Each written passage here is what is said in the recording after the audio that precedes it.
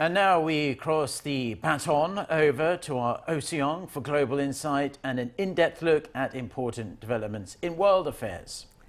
Thanks very much, Mark. It is indeed time for Global Insight, where we connect with experts from around the world to hear their views on issues making headlines.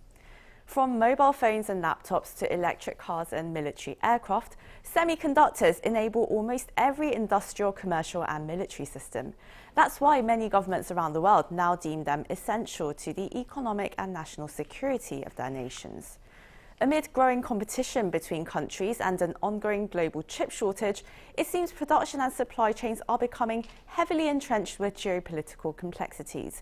And this week, we saw South Korean and American trade officials meet and agree to hold regular discussions on semiconductor issues. To discuss the flurry of developments in the global rush for chip supremacy, we turn to Troy Stangarone, Senior Director and Fellow at the Korea Economic Institute of America.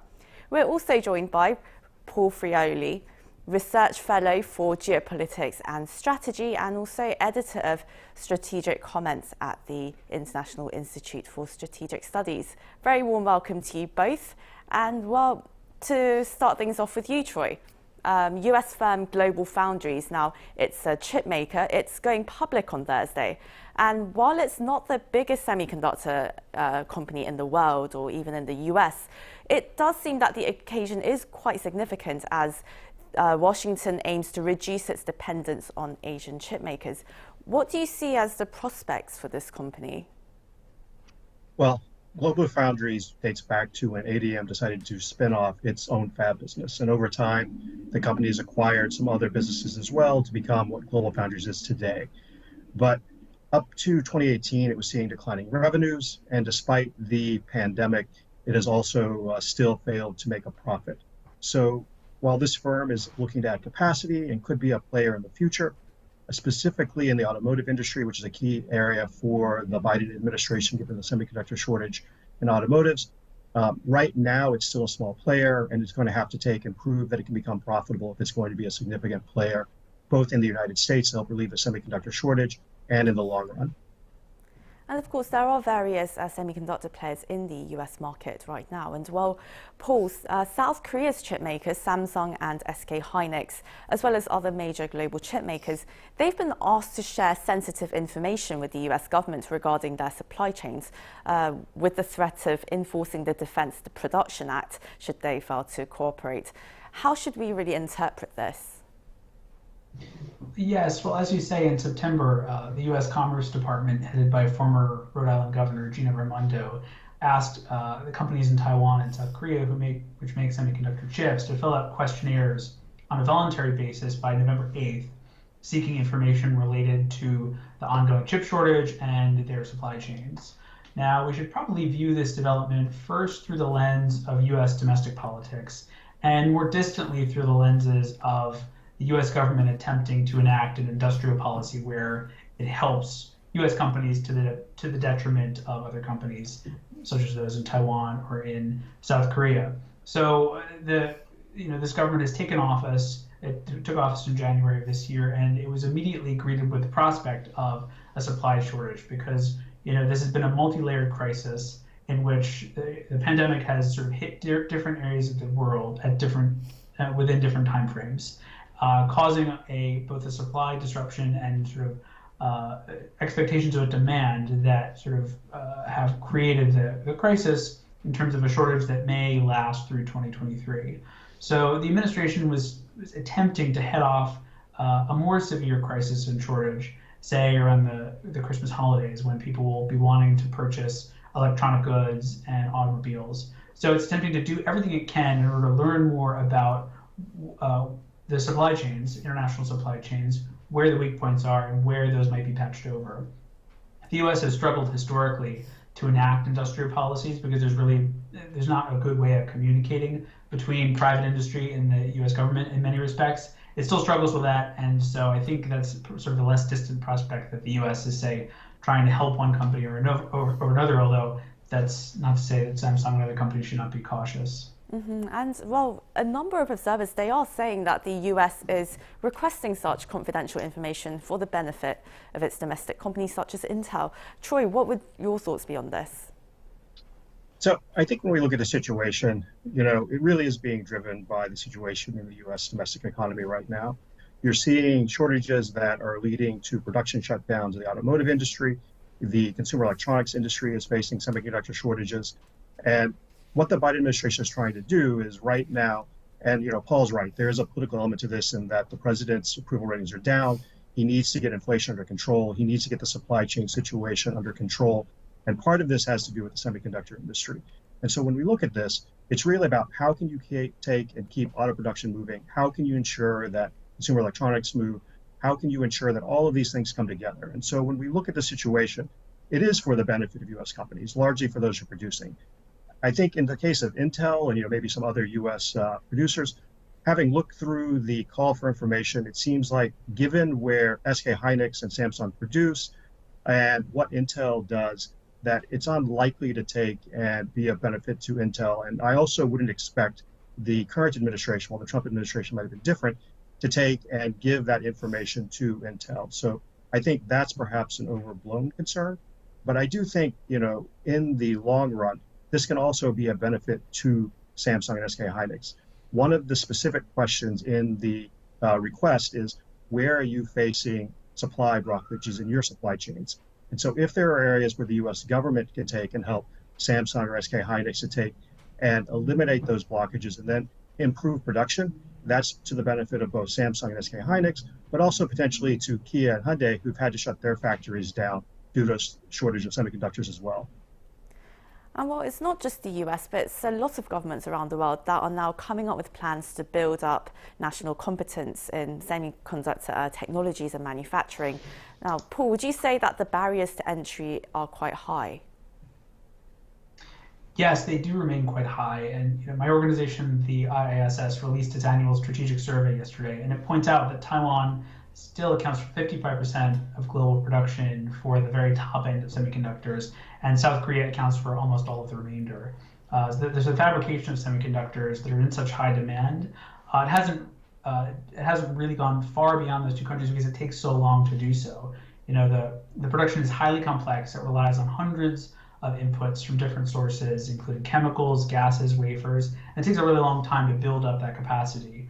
Now, the US and China in particular are seeking to raise their domestic capacity to fabricate these products domestically, but there's probably, realistically a decade or more of lead time until there's a significant market impact. I mean, Samsung is just on the verge of announcing a $17 billion commitment to build a factory or a fab plant in Texas, but again, it will take time for these investments to bear fruit. And Troy, the lead players in global chip production right now are Taiwan's Taiwan Semiconductor manufacturing, TSMC, and South Korea's Samsung Electronics. And together they control more than 70% of the semiconductor manufacturing market. Do you think they can retain their competitiveness in the market with these emerging players? Or do you think the industrial landscape will inevitably have to change as the US and China, their companies, they're going to compete more fiercely, backed by all this government money? So I think there's a couple issues at play here. One is that even setting aside their total percent of semiconductor production around the world, Samsung and TSMC account for 100% of the production of chips below 10 nanometers or less. And so all of the most advanced chips are chips that only they can produce. So that right there is a significant advantage, and that's going to be something that's going to take time to be a challenge for other companies to catch up on. Two, when we look at this situation right now, there is a significant advantage that both companies have. One, in the case of TSMC, they are in essence a contract manufacturer. They are not designing and producing their own chips. So as long as they maintain their technological edge, I see no reason why TSMC will not remain a dominant company. Now, if other companies are able to take and develop more advanced technology and they don't invest in their R&D, that could be a problem for TSMC. Samsung is in a slightly different position. It's trying to build out its own fabrication business, but it also designs and produces its own chips, many of which end up in, for example, Samsung phones, but also in phones by Apple and other companies as well. And so it's similar in the sense of that as long as Samsung takes and continues to reinvest its profits into R&D, maintains that technological edge, I think it's going to be very challenging for other companies to catch up. Right now they're essentially in the memory sector, three dominant firms: Samsung, SK Hynix, and Micron. And it's hard to really see anyone really breaking into that rank of the top three, anytime in the next perhaps decade or so. And well, Paul, South Korean chip businesses, they have been going through quite a rough patch. They were hurt quite badly when Japan took trade action on three essential ingredients that are exported to chip makers here in South Korea. Do you think Samsung and SK Hynix were able to turn things around and really turn that crisis into an opportunity? Or do you think they remain fairly disadvantaged? I mean, especially with Japan recently having announced that it's set to invest massively in TSMC. Yeah, so I recently published an article in Strategic Comments that points out that, yeah, as you say, Japan is the dominant global producer of these three materials. So there's fluorinated polyamide, photoresistant hydrogen fluoride. And in July 2019, Tokyo tightened controls on the export of these materials, supposedly due to concerns over lax oversight and handling. But given the importance of these materials to South Korea's semiconductor industry, Seoul has interpreted the move as a pretty aggressive and calibrated weaponization of economic leverage to achieve kind of a political goal. Now, this occurred amid a larger dispute between the two countries over historical matters, and it was made possible in a larger sense by the fact that South Korean trade with Japan and vice versa has declined so sharply since the 1980s. It's actually striking now how little South Korea and Japan trade with each other, despite their geographic proximity, and China has effectively taken Japan's place as sort of South Korea's top trade partner. So the ties, economic ties that have bound those two countries are weakening.